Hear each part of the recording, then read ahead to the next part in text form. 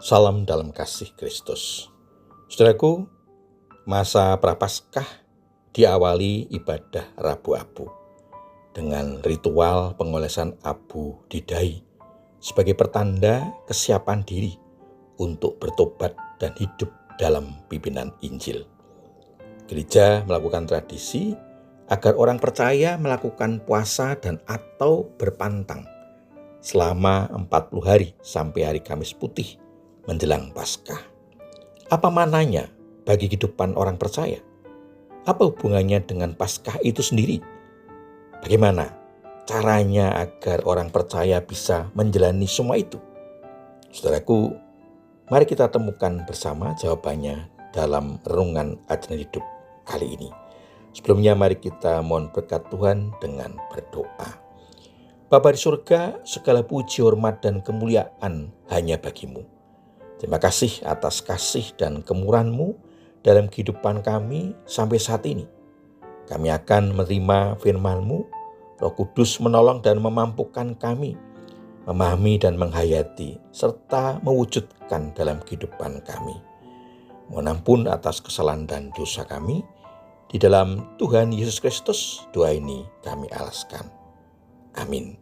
Saudaraku yang dikasihi Tuhan Yesus Kristus, firman Tuhan yang akan kita dengar dan renungkan bersama dari kitab 2 Korintus pasal 5 ayat 20 sampai dengan pasal 6 ayat 2 yang tertulis demikian. Jadi kami ini utusan-utusan Kristus, sebab Allah menasihati kamu dengan perantaraan kami. Dalam nama Kristus kami meminta kepadamu, berilah dirimu didamaikan dengan Allah. Dia yang tidak mengenal dosa telah dibuatnya menjadi dosa karena kita, supaya dalam Dia kita dibenarkan oleh Allah. Sebagai teman-teman sekerja, kami menasihatkan kamu supaya kamu jangan menyanyiakan anugerah Allah yang telah kamu terima, sebab Allah berfirman, pada waktu perkenanan aku mendengarkan engkau, pada hari keselamatan aku menolong engkau. Sesungguhnya waktu ini adalah waktu perkenanan itu. Sesungguhnya hari ini adalah hari penyelamatan itu. Demikian firman Tuhan. Saudaraku, bagian firman Tuhan diberi tema Prapaskah momentum menguji diri. Saudara, dari bacaan tadi Rasul Paulus menyatakan Kristus tidak mengenal dosa. Telah dibuatnya menjadi berdosa.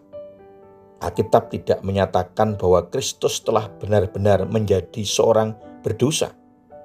Kristus telah mengambil dosa manusia atas dirinya sendiri, tetapi Dia tetap menjadi anak domba Allah yang tak bercela.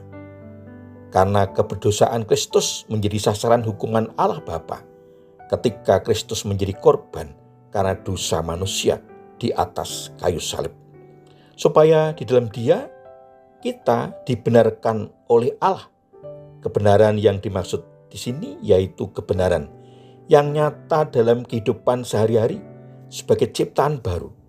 Orang percaya hidup bagi Kristus dikendalikan oleh kasih Kristus. Saudaraku, Paulus percaya bahwa orang-orang percaya dapat menerima kasih karunia Allah dan mengalami keselamatan. Tetapi sudah itu karena kecerobohan rohani atau dosa yang disengaja meninggalkan iman dan kehidupan di dalam Injil, sehingga kasih karunia itu hilang. Oleh karena itu, setiap orang yang menerima kasih karunia terus didorong, dimotivasi agar kasih karunia Allah tidak menjadi sia-sia. Saudara, betapa berharganya dan pentingnya, bahkan hal utama kasih karunia Allah itu. Mengapa demikian? Karena manusia tidak mampu mendapatkan keselamatan dengan usahanya sendiri. Karena berdosa, justru harus menerima hukuman karena dosanya. Tetapi oleh kasih karunia Allah, karena kematian Tuhan Yesus Kristus, diselamatkan dan menerima keselamatan. Tugas orang percaya adalah menjaga kasih karunia itu agar tidak menjadi sia-sia. Saudaraku, di masa Prapaskah kita mendapat momentum untuk melakukan evaluasi, introspeksi diri. Apakah hidup kita sudah sesuai atau masih sesuai dengan kasih karunia Allah? Saudara, sesungguhnya di masa Prapaskah ini, melalui puasa dan atau berpantang, kita dapat menjaga kasih karunia Allah agar tidak sia-sia, sekaligus menguji diri kita sebagai orang percaya yang telah menerima kasih karunia dari Allah. Yang pertama, hidup mengandalkan diri. Saudara, melalui puasa dan atau berpantang dalam hidup kita, selama masa Prapaskah kita berjuang untuk mengendalikan nafsu kita. Tidak hanya nafsu makan, tapi juga keinginan-keinginan yang lain. Misalnya emosi, marah, ketergantungan pada sesuatu karena berpantang. Sehingga dapat menguasai diri karena sesungguhnya hidup kita tidak dikendalikan oleh keinginan kita, oleh nafsu kita, sesuatu di sekitar kita, tetapi Tuhan Yesus Kristus yang mengendalikan hidup kita melalui hidup yang terus berjuang seturut dengan kehendak-Nya. Yang kedua, hidup merendahkan diri di hadapan Allah. Melalui puasa dan atau berpantang, kita menyadari bahwa sesungguhnya kita ini lemah, terbatas, tidak mempunyai kemampuan, kekuatan apapun. Hal itu kita rasakan pada waktu merasakan lapar. Betapa kita tidak berdaya. Sesungguhnya ketika kita bisa menjalani hidup kita selama ini karena kasih karunia dan pertolongan Allah, maka selayaknya dalam hidup kita senantiasa berserah dan mengandalkan Allah dalam kehidupan kita. Kita peka dan tulus hidup merendahkan diri di hadapan Allah, sumber kekuatan dan pertolongan kita.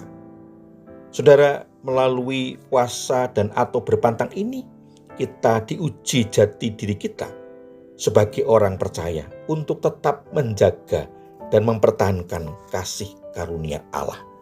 Tuhan Yesus memberkati. Amin. Saudara, mari kita menaikkan syukur kepada Allah dengan berdoa.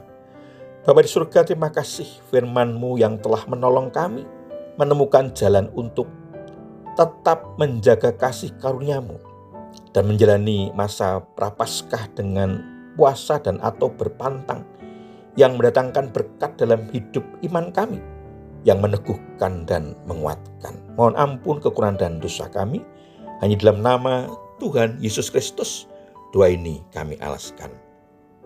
Amin. Saudaraku yang dikasihi Tuhan Yesus Kristus, demikian renungan Adrian Hidup. Saya bertemu dalam renungan selanjutnya. Kasih karunia dan damai sejahtera dari Allah Bapa dan Tuhan Yesus Kristus, pimpinan dan pemeliharaan Roh Kudus memberkati saudara sekalian.